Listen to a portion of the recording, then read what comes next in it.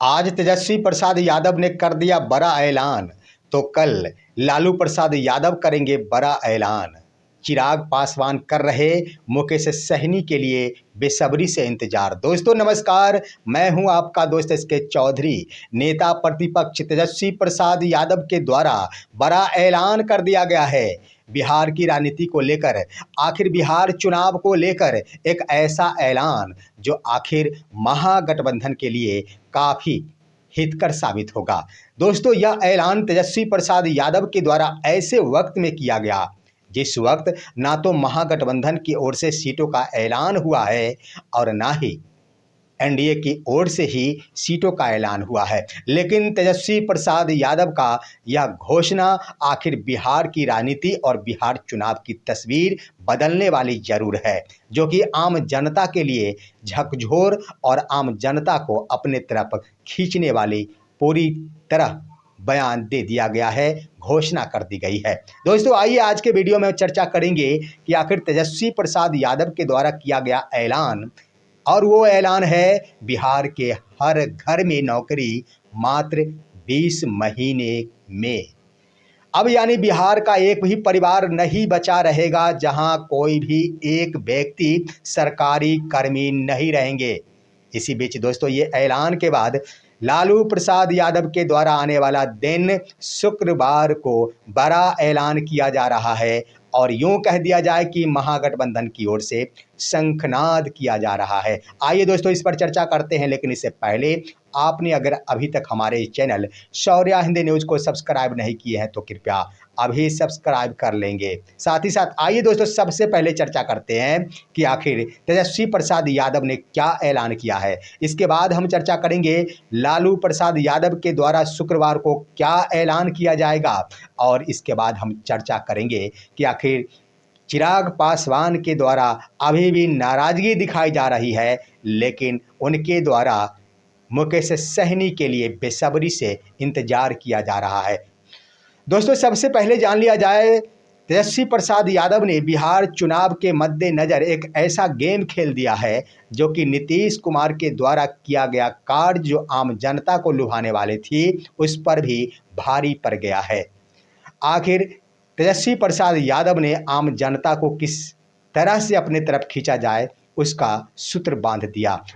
आज ही conference video यहाँ पर प्रेस कॉन्फ्रेंस के माध्यम से तेजस्वी प्रसाद यादव ने बड़ा ऐलान करते हुए ऐसा ऐलान किया है कि बिहार का कोई एक भी परिवार नहीं रहेगा जिस परिवार में कोई सरकारी नौकरी करने वाला व्यक्ति नहीं रहेगा।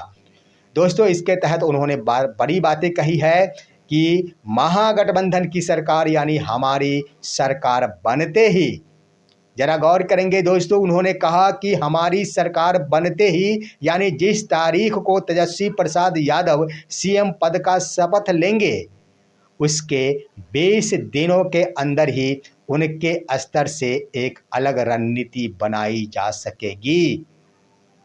यानी उन्होंने कहा कि एक आधिकारिक तौर पर एक अलग ही आधिकारिक तौर पर नीति का निर्धारण किया जाएगा, और यह ऐसा नीति का निर्धारण होगा, ऐसी योजनाएं बनाई जाएगी जिसके आधार पर बिहार के तमाम परिवारों का सर्वे के अंतर्गत यह पता चलेगा कि आखिर किस परिवार में एक भी सरकारी कर्मी नहीं है।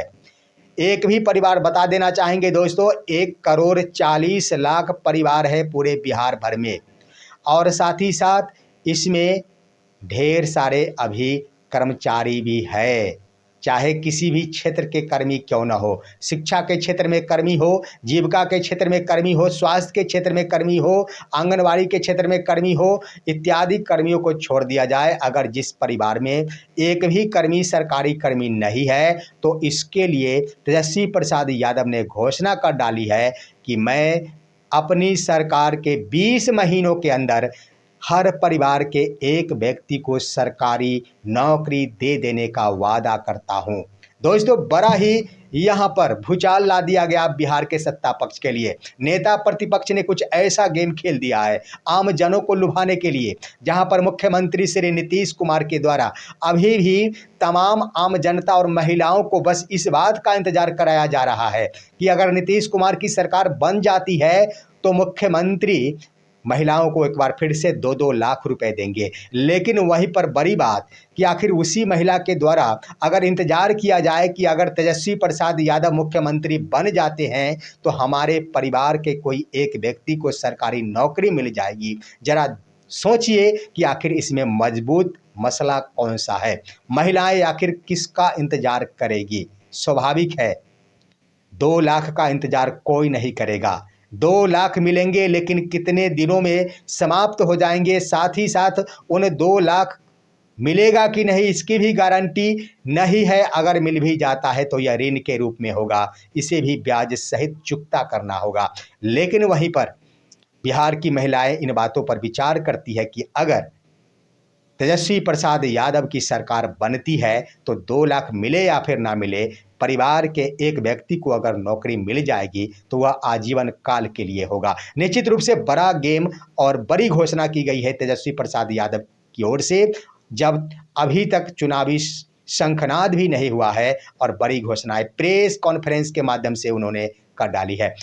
देखना होगा कि आखिर क्या सब प्रभाव आता है। लेकिन जब शुरुआती में ही तेजस्वी प्रसाद यादव के द्वारा इतनी बड़ी घोषणा की जा रही है, ये स्वाभाविक है आने वाले चुनावी शंखनाद के बाद क्या होगा। लेकिन अब आइए लालू प्रसाद यादव के द्वारा यहाँ पर शुक्रवार को एक बड़ा ऐलान किया जाएगा। वो ऐलान होगा दोस्तों महागठबंधन के सीटों के बंटवारे को लेकर।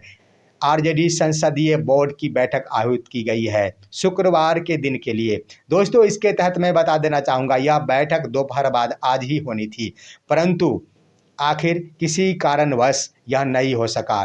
क्यों नहीं हो सका, कारण क्या हो सकता है, आप सभी इन बातों को जानते हैं। सीटों के फैसले को लेकर, सीटों के बंटवारे को लेकर आज ही यानी बृहस्पतिवार फिर देर रात अंतिम रूप से मसले पर चर्चाएं होगी और अंतिम रूप दिया जा रहा है।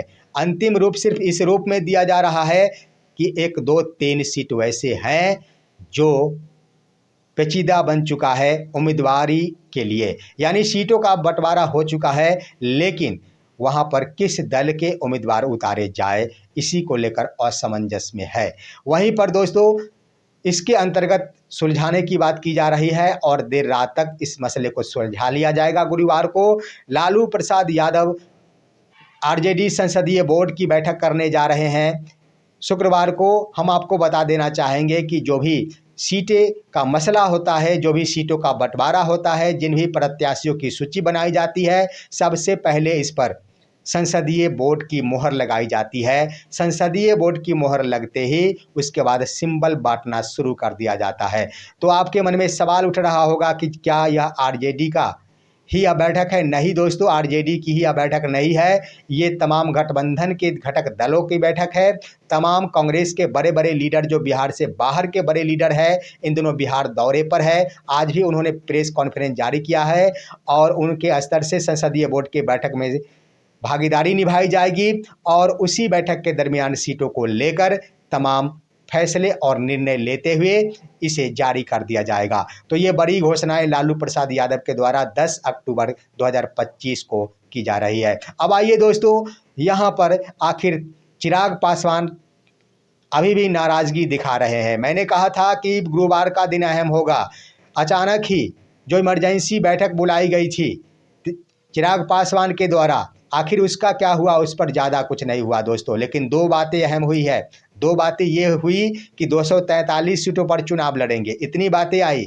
दूसरी बड़ी बात कि यह निर्णय ले लिया गया है चिराग पासवान के RLJP-R के तमाम नेताओं के द्वारा, अध्यक्षों के द्वारा, सांसदों के द्वारा कि अंतिम रूप से चिराग पासवान को सीटों के बंटवारे को लेकर अधिकृत कर दिया गया है। चिराग पासवान जो फैसला लेंगे वह सर्वमान्य होगा। दोस्तों यह साधारण बात नहीं, चिराग पासवान अब स्वतंत्र हो गए हैं, अधिकृत हो गए हैं अपनी पार्टी के फैसलों को लेकर, सीटों के बंटवारे को लेकर। इसी बीच दोस्तों मान मनोबल का मामला जारी रहा।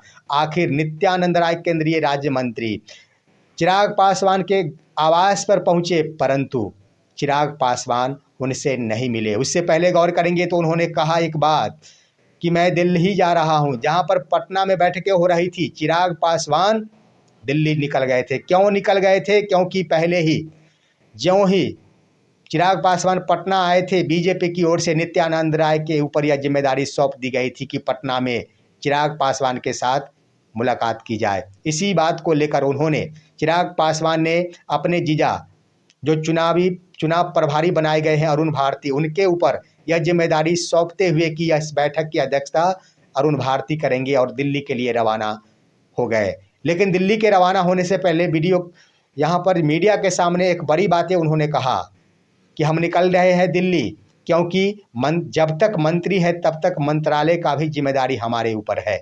दोस्तों, बड़ी बातें, जब तक मंत्री है, यानी उन्होंने इशारा में ही कह दिया कि मैं 5 सालों तक के लिए मंत्री नहीं हूं, जब तक मंत्री हूं तब तक के लिए, यानी मंत्रालय पद छोड़ने की भी बातें की गई। उसके बाद दोस्तों, जब यहां से चले गए तब नित्यानंद राय दिल्ली स्थित चिराग पासवान के घर पर पहुंचे, परंतु वहां भी उन्होंने नित्यानंद राय से मुलाकात नहीं की। चिराग पासवान की माता श्री से मुलाकात हुई और यही स्पष्ट हुआ उस समय केंद्रीय मंत्री नित्यानंद राय के द्वारा मीडिया के सामने यह बयान दिया गया कि मैं चिराग पासवान से मुलाकात करने नहीं आया था, मैं तो उनकी माता से आशीर्वाद लेने आया था। तो दोस्तों, यहां पर स्पष्ट हो गया कि उनकी ओर से नाराजगी जाहिर है सीटों को लेकर। आखिर जहां पर बीजेपी और जदयू परेशान है, वहां चिराग पासवान आखिर क्यों देर कर रहे हैं? दोस्तों, इसी बीच बता दें कि ज्यों ही चिराग पासवान की मुलाकात नित्यानंद राय से नहीं हुई, बिहार में एनडीए की ओर से और भी 3 दिनों के लिए सीटों के ऐलान के वक्त को टाल दिया गया। अब निर्णय ले लिया गया है बिहार प्रदेश चुनाव समिति की ओर से कि बिहार की ओर से एक सीट पर 3-3 उम्मीदवारों की लिस्ट तैयार कर ली गई है, जिसे केंद्रीय समिति को 11 अक्टूबर को सौंप दिया जाएगा। 12 अक्टूबर को केंद्रीय चुनाव समिति बैठेंगी, जिसमें अमित शाह भी उपस्थित रहेंगे, उसके बाद नरेंद्र मोदी भी उपस्थित रहेंगे, जेपी नड्डा भी उपस्थित रहेंगे और वहीं पर अंतिम रूप से इसे इम्प्लीमेंट कर दिया जाएगा, फाइनल मोहर लगा दी जाएगी। यानी जिस बात की मोहर आरजेडी के द्वारा 10 अक्टूबर को लगाई जा रही है, उसी चीज़ पर मोहर अब 12 अक्टूबर 2025 को एनडीए की ओर से लगाई जाएगी। तो यहाँ पर 2 दिनों का वक्त टाल दिया गया और इसलिए टाला गया है, ये मैं बता देना चाहता हूँ दोस्तों। 2 तरह की बातें और इंतजार किया जा रहा है चिराग पासवान के स्तर से। एक तो ये है कि उनके स्तर से प्रेशर पॉलिटिक्स जारी किया जा रहा है कि अगर उनके हितों का ख्याल रख दिया जाता है, उनकी बातें मान ली जाती है एनडीए में, तो वो भी एक्सेप्ट कर लेंगे। इसको लेकर प्रेशर जारी किया जा रहा है। लेकिन उनके स्तर से ये भी बातें की जा रही है कि अगर मुकेश सहनी की बातें नहीं मानी जाती, मुकेश सहनी की डिमांड को स्वीकार नहीं किया जाता, तो दोनों ही गठबंधन, कोई और रहे या फिर ना रहे, अंतःगत्वा चिराग पासवान और मुकेश सहनी ही दोनों मिलकर, और भी कोई शामिल हो या फिर ना हो, जनसुराज का पत्ता साफ हो चुका है। मैंने कहा था संपर्क में जनसुराज भी थी, परंतु उनके स्तर से एक तो अजब ही बयान दे दिया गया है। उनके राष्ट्रीय अध्यक्ष, जिनके स्तर से कहा गया कि अगर चिराग पासवान गठबंधन चाहते हैं तो गठबंधन कदापि नहीं होगा, लेकिन हमारी पार्टी में आखिर जनसुराज में आरएलजेपी रामविलास को विलय करना होगा, इसके लिए वो स्वागत योग्य है। जरा सोचिए दोस्तों, जनसुराज जिसका एक भी एमएलसी नहीं, जिसका एक भी विधायक नहीं, उसके बाद 5-5 सांसदों वाली पार्टी, उसके बाद मंत्रालय, केंद्रीय मंत्रालय वाली पार्टी को जनसुराज के राष्ट्रीय अध्यक्ष कहते हैं, जनसुराज में विलय कर ले। इसी को कहा जाता है घमंड। दोस्तों, इस तरह की बयानें नहीं दी जानी चाहिए, ये घमंड वाला बयान होता है। लेकिन दोस्तों, मैं बता देना चाहूँगा, यहाँ पर मुकेश सहनी का सीटों को लेकर और उनकी डिमांड को लेकर, ऐलान को लेकर इंतजार किया जा रहा है चिराग पासवान की ओर से, और यह दिन भी समाप्ति की ओर है। 10 अक्टूबर को ही मुकेश सहनी के 30 सीटों से ऊपर वाली घोषणा हो जाएगी और जो सूचनाएं प्राप्त हो रही है उनके लिए डिप्टी सीएम पद का भी क्लियर हो गया है। डिप्टी सीएम को लेकर भी घोषणाएं कर दी जाएगी। देखना है आखिर क्या कुछ होता है। फिलहाल आज की खबर यहीं तक। आप सभी हमारे इस वीडियो को लाइक कीजिए, अन्य दोस्तों के पास शेयर कीजिए और अब दीजिए अपने दोस्त को इजाजत। हम फिर मिलेंगे आपसे अगले वीडियो में। तब तक के लिए नमस्कार।